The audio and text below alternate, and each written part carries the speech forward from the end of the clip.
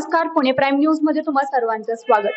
जिद्द, चिकाटी, मेहनत या जिद्दीच्या जोरावर आज लोणी काळभोर येथील क्लास 1 ऑफिसर झालेले सुलेमान अन्सारी आज आपल्या सोबत आहेत. आज आपण त्यांच्याशी बातचीत करणार आहोत. सर, सर्वात प्रथम तुमचं पुणे प्राईम न्यूजच्या संपूर्ण टीम कडून हार्दिक असं अभिनंदन. थँक्यू सर्वांना. काय सांगाल, तुम्ही क्लास 1 ऑफिसर झालात, अर्थात एकच व ऑफिसर म्हणून तुमची आज निवड झालेली आहे. काय सांगाल तुम्ही? सर्वप्रथम मी पुणे प्राईम न्यूजच्या दर्शकांना आदाब आणि नमस्कार माझं हे करतो, आभार मानतो सगळ्यांचे. आणि इथं मला बोलवलं, संधी दिली त्याबद्दल आपले पण आभार. आणि खरं तर जेव्हा मला कळालं की माझं या पदासाठी निवड झालेली आहे, तर माझ्या आई वडिलांनी लहानपणापासून शिकवले की आयुष्यामध्ये तुम्हाला काही अचिव्हमेंट मिळाली तर ते अल्लाहला डेडिकेट करायचं. तर आम्ही सर्वप्रथम अल्हम्दुलिल्लाह असं म्हणतो. तर ते म्हणल्यानंतर मला माझ्या आई वडिलांच्या कष्टाचं सार्थक झाल्यासारखं वाटलं. आणि माझ्या भावंडांनी सर्वच भावंडांनी जी मला साथ दिली आणि मित्रपरिवाराने जो माझ्यावरती विश्वास दाखवला, माझ्या शिक्षकांनी जे मला शिकवताना कष्ट घेतले, ते सगळं सार्थक झाल्यासारखं वाटलं. तुमचं बालपण कसं गेलं? घरची परिस्थिती कशी होती? बालपण जर परिस्थिती बघायला गेलं तर तसं वरवर पाहिलं तर बरंच अवघड होतं, परंतु माझ्या आई वडिलांनी कधीच काही कमी पडू दिलं नाही. शाळेत आम्हाला व्यवस्थित सगळ्यांनाच दाखल केलं. आणि शाळेत जाताना म्हणजे कपडे जरी कमी असले तरी ते धुतलेले आणि व्यवस्थित असावेत असं माझ्या आई वडिलांची धारणा होती. त्याच्यामुळं आम्हाला त्यावेळेस जाणवलं नाही, पण बाकीच्या मुलांकडे बघून असं वाटायचं की आपल्याकडे काही कमी आहे का. परंतु आम्ही व्यवस्थित अभ्यास करत राहिलो आणि आई वडिलांचे कष्ट आम्ही कुठेतरी जी जबाबदारी ज्या विश्वासाने आई वडील आम्हाला पाठवतायत, मला आणि माझ्या भावंडांना शाळेमध्ये, ती जबाबदारी आपण व्यवस्थितपणे पार पाडतो या गोष्टीचं अत्यंत समाधान होतं. त्याच्यामुळं आजूबाजूला जे विद्यार्थ्यांकडे काही ऍडिशनल गोष्टी होत्या आणि आपल्याकडे त्या नाहीत, त्यांचा कधी कमीपणा वाटला नाही. आम्ही व्यवस्थितपणे अभ्यास करत राहिलो. कसं मग तुमचं कुटुंब, कसं भाऊ बहीण किंवा आई, कसं काम कसे करायचे घरचे, काय कशी परिस्थिती? तर माझे बाबा जे आहेत ते आधी बेकरीमध्ये कामाला होते. त्यानंतर त्यांनी ऑटो रिक्षा चालवायला सुरुवात केली. आणि आम्ही 4 भाऊ आणि 1 बहीण आहोत. तर सगळ्यांनाच आम्हाला त्यांनी समान संधी दिली, मुलगा मुलगी असा भेदभाव न करता. आणि आम्ही सगळे एकत्रपणे शाळेत जायचो. म्हणजे बहिणीला शाळेत पाठवणे, नंतर आम्ही वेगळ्या शाळेत जाणे, मुला मुलींची शाळा वेगळी असल्यामुळे. तर आणि संध्याकाळी घरी आल्यानंतर सुदैवाने असं होतं की आम्हाला एक आनंद खाडे म्हणून प्राचार्य लाभले होते. त्यांनी आम्हाला एक नियम सांगितला होता की ज्यावेळेस तुम्ही शाळेतून घरी जाल त्यावेळेस दप्तर घरी टाकायचं आणि मस्त खेळायला जायचं आणि त्यानंतर तुम्ही अभ्यासाला बसायचं. पण आणि खेळताना खेळ हीच गोष्ट तुमच्या मनामध्ये असली पाहिजे. आणि ज्यावेळेस तुम्ही अभ्यास कराल त्यावेळेस फक्त अभ्यासच तुमच्या डोक्यात असायला हवा. तर तो मंत्र आम्ही एक्झॅक्टली त्यांनी सांगितल्याप्रमाणे तर करू शकत नव्हतो. कारण शाळेतून घरी आल्यावर अशी परिस्थिती होती की आमच्या घरी वीज नव्हती. त्याच्यामुळे दिवसाचा जो उजेड आहे तोपर्यंतच आम्हाला अभ्यास करण्याची संधी होती. त्यामुळे मी आणि भावंडे तो रूल, आनंद खाडे सरांनी सांगितलेला रूल उलटा करायचो. आम्ही आधी अभ्यास उरकायचो आमचा आणि नंतर जर थोडा वेळ उरला असेल तर रात्रीचं खेळ असं काहीतरी करायचं किंवा सकाळी शाळेत लवकर जाऊन थोडंसं खेळ वगैरे करायचो. असं आमचं सगळ्याच भावंडांचं चालू होतं. संध्याकाळी घरी आल्यावर अभ्यास करणे आणि इतरत्र न भटकणे हा आमचा रोजचा नित्य नियम चालू होता. आणि असं करत करत मी 10वीचंही शिक्षण लोणी काळभोर मधून घेतलं.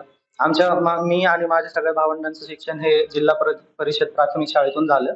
त्यानंतर हायस्कूलचं शिक्षण पृथ्वीराज कपूर मधून घेतलं. तिथं आम्हाला आनंद खाडे सर प्राचार्य म्हणून लाभले. बोरकर के मॅडम, पाटील सर वगैरे सगळे शिक्षक अत्यंत उत्तम आणि विवेकानंद शिक्षण संस्थेतून खास निवडलेले शिक्षक आम्हाला लाभले होते. तर त्या शिक्षकांच्या सहवासात विशेष करून फाळके सरांचं मला आवर्जून नाव घ्यायचंय. त्यांनी जे आम्हाला मराठी आणि संस्कृत शिकवलं ते खरंच अवर्णनीय आहे. त्यांच्या सानिध्यात आम्ही शिकलो, त्या गोष्टीचा अभिमान. प्रत्येकाला एक जिद्द असते की मी पोलीस होईल, इंजिनियर होईल किंवा डॉक्टर होईल, असं प्रत्येकाचं मनाशी एक बाळगलेलं स्वप्न असतं. मग तुमचं हे स्वप्न होतं का की मी या क्षेत्रामध्ये उतरून हे करेल, की घरच्यांनी तुम्हाला सांगितलं होतं की तुला या क्षेत्रात उतरायचंय म्हणून? तसं पाहिलं तर इयत्ता 7वी पासून माझं एक ध्येय होतं की मी मेकॅनिकल इंजिनिअरिंग करावं, इंजिनिअरिंग मध्ये जावं.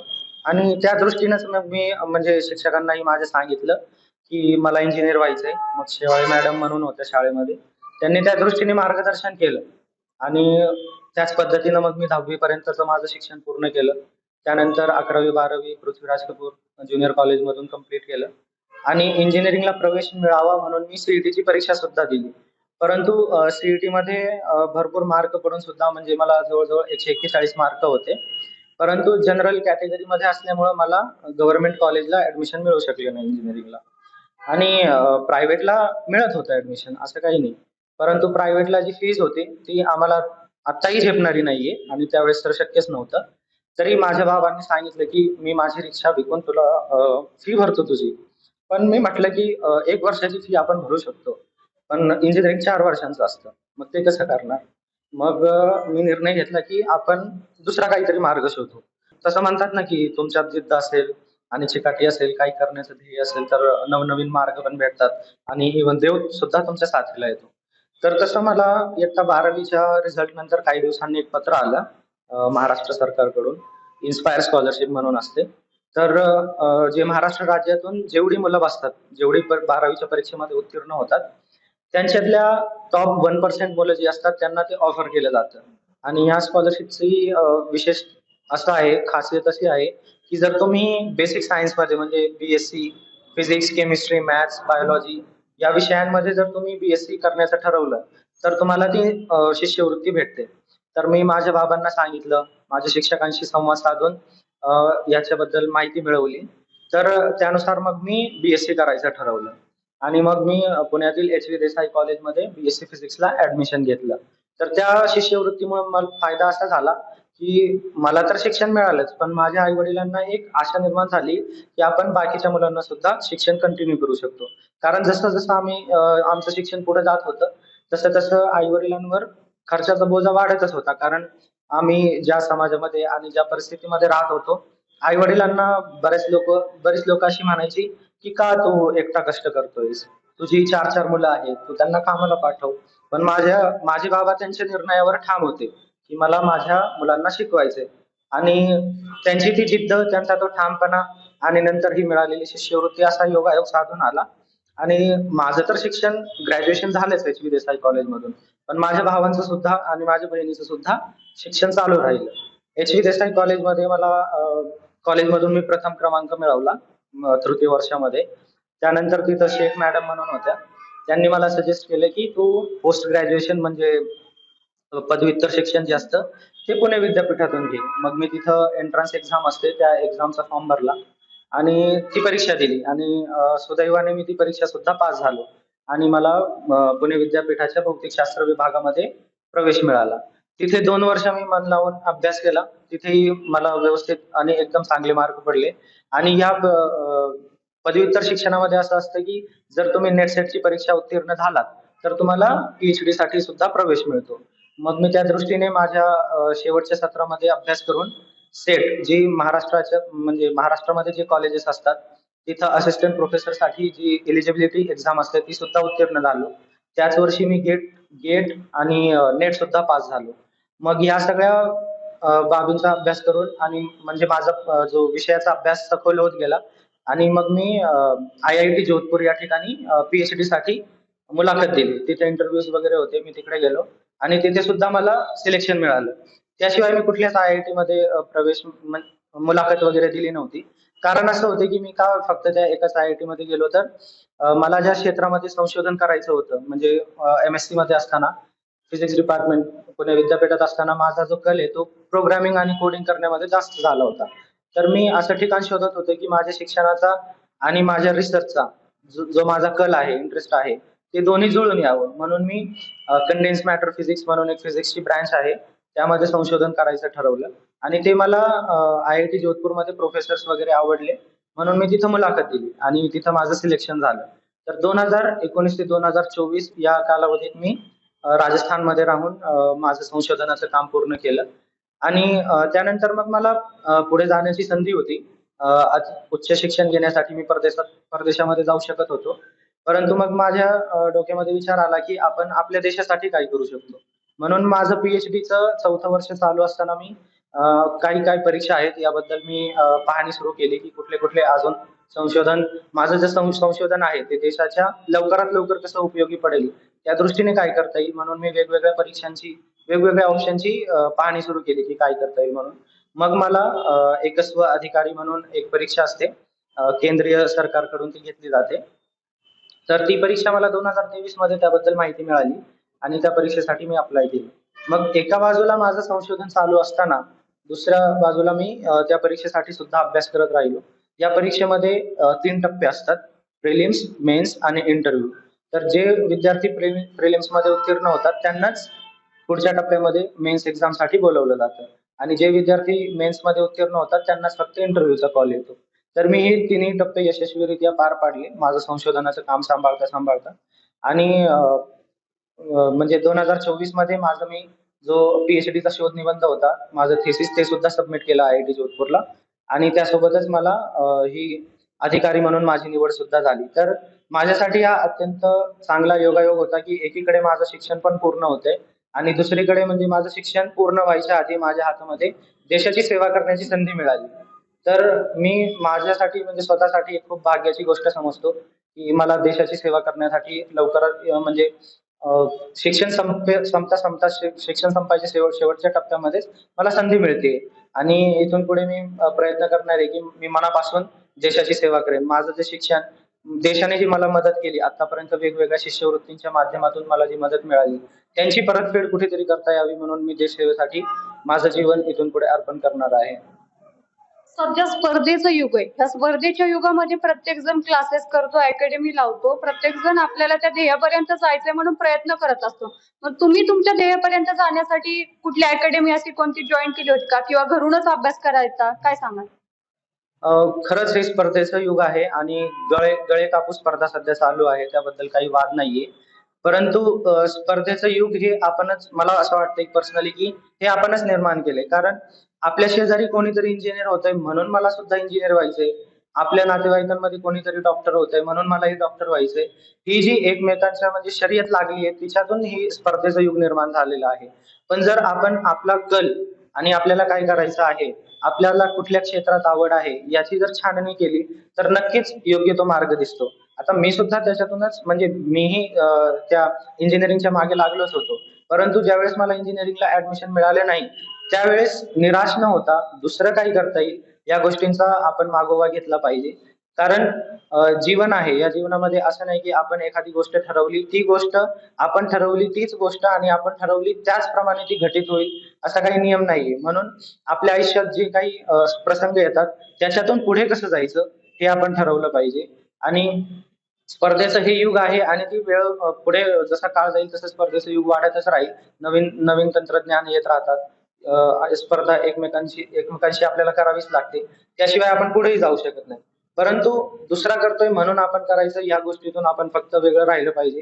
कारण मी ग्रॅज्युएशन मध्ये असताना मला असं वाटलं, ज्यावेळेस मी BSc फिजिक्स करत होतो, की आपण म्हणजे आमच्या पुस्तकांमध्ये असं असायचं की अमुक अमुक वैज्ञानिक आहे, तो जर्मन फिजिसिस्ट आहे, अमुक अमुक वैज्ञानिक आहे, तो अमेरिकन फिजिसिस्ट आहे. असं CV रमन यांच्याशिवाय म्हणजे जास्त करून इंडियन फिजिसिस्ट म्हणून पुस्तकांमध्ये उल्लेख नव्हता. तर आपण का इंडियन फिजिसिस्ट होऊ नये, भारतीय भौतिक शास्त्रज्ञ होऊ नये, त्या दृष्टिकोनातून मग मी माझं भौतिक शास्त्राचा अभ्यास चालू ठेवला. BSc केलं, MSc केलं, नंतर PhD साठी प्रवेश मिळवला. तर माझं म्हणणं असंच आहे, की कोणीतरी दुसरा करतोय म्हणून त्याच क्षेत्रात आपण जावं, ही जी गोष्ट आहे ती आपण कुठेतरी थांबवली पाहिजे. आणि आपला क्षण, आपला जो कल आहे, आपला जो इंटरेस्ट आहे तो कुठल्या क्षेत्रामध्ये आहे, आपण जे आपलं आयुष्य आहे ते कुठलं काम करत असताना एन्जॉय करू शकतो, व्यवस्थितपणे जगू शकतो, ते आपण शोधून त्या दृष्टीने आपण मार्गक्रमण केलं पाहिजे. या परीक्षेची तयारी करत असताना मी IIT सारख्या उच्च शिक्षण संस्थेमध्ये माझं संशोधनाचं काम सुद्धा करत होतो. ते फक्त असं आहे की आपल्याला करायचंय तर त्या गोष्टीसाठी वेळ मिळतो. तर त्याप्रमाणे मी माझा वेळ मॅनेज करत होतो. म्हणजे नमाजला जाणे आणि आपला शोध कार्य जे ते सुद्धा चालू ठेवणे, परत परीक्षेचा सुद्धा अभ्यास करणे. थोडीशी तारांबळ उडते, कसरत करावी लागते, परंतु आज म्हणजे त्यानंतर जे यश भेटलं ते पाहून वाटते की आपण जी कसरत केली, तो त्रास झाला, ते सगळं पेड ऑफ झालेलं आहे. तुमचा हा सगळा जो कठीण प्रवास आहे, तुम्ही क्लास 1 ऑफिसर झालात. तुम्ही सांगतानाच भावुक झालात. या भावुक होण्याच्या मागे यश नक्की तुम्ही कोणाला द्याल?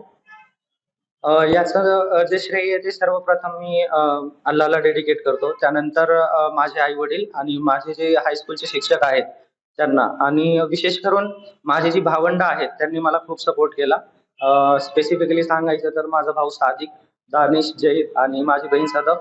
आणि हा घरातून मिळणारा सपोर्ट तर होताच, परंतु मला जो मित्रवर्ग भेटला तो सुद्धा म्हणजे अवर्णनीय होता तो. स्पेसिफिकली सांगायचं झालं तर ऋषिकेश आणि ललित शेंडगे म्हणून माझे मित्र आहेत.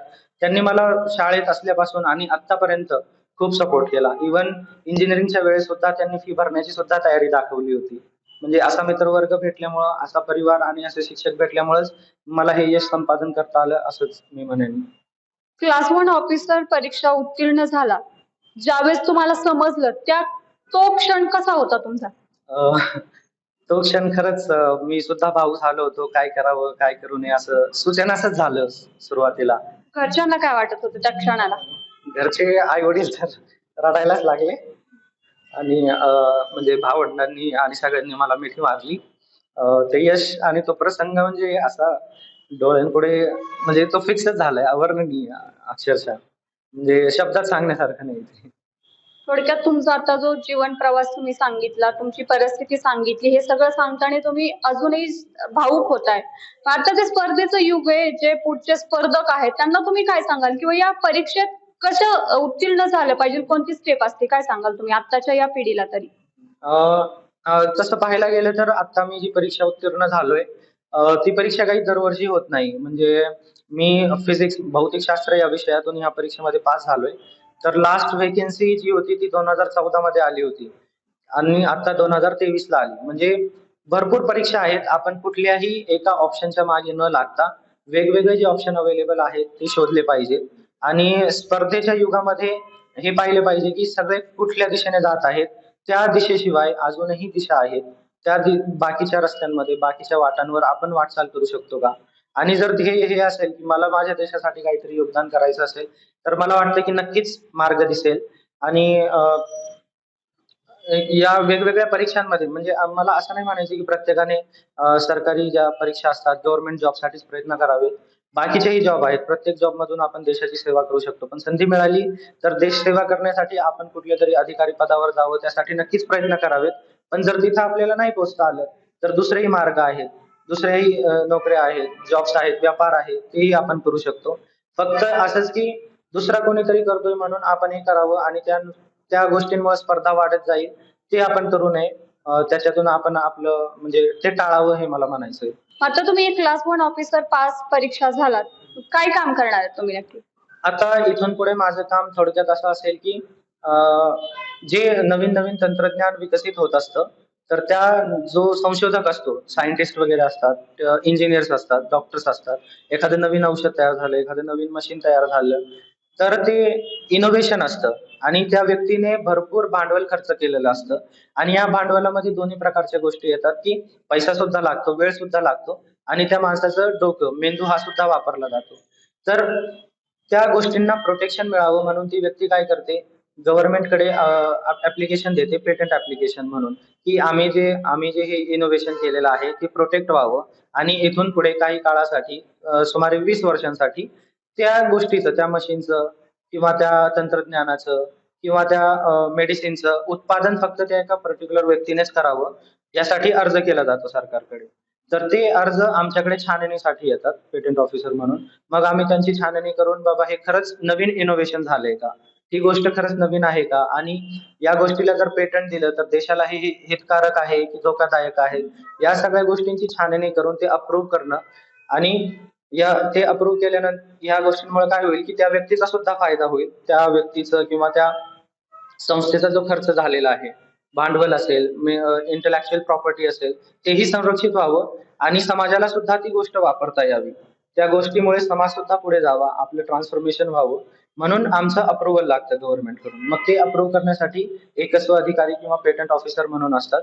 तर आता मी त्या ज्या गोष्टी, नवीन तंत्रज्ञान किंवा नवीन-नवीन या गोष्टी येतील, त्या आम्ही छाननी करून अप्रूव्ह करणार आहोत.